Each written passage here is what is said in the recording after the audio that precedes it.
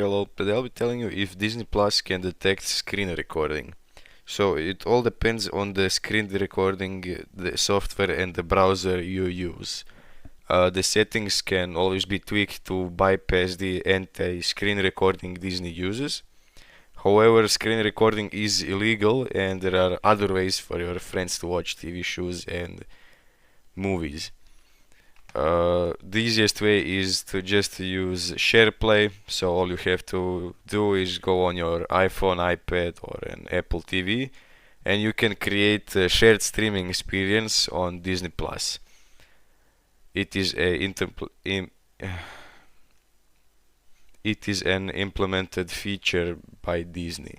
Or you can just get a browser extensions for group watching any TV show or a movie. Thanks for watching. If you found this video helpful, please leave a like and subscribe.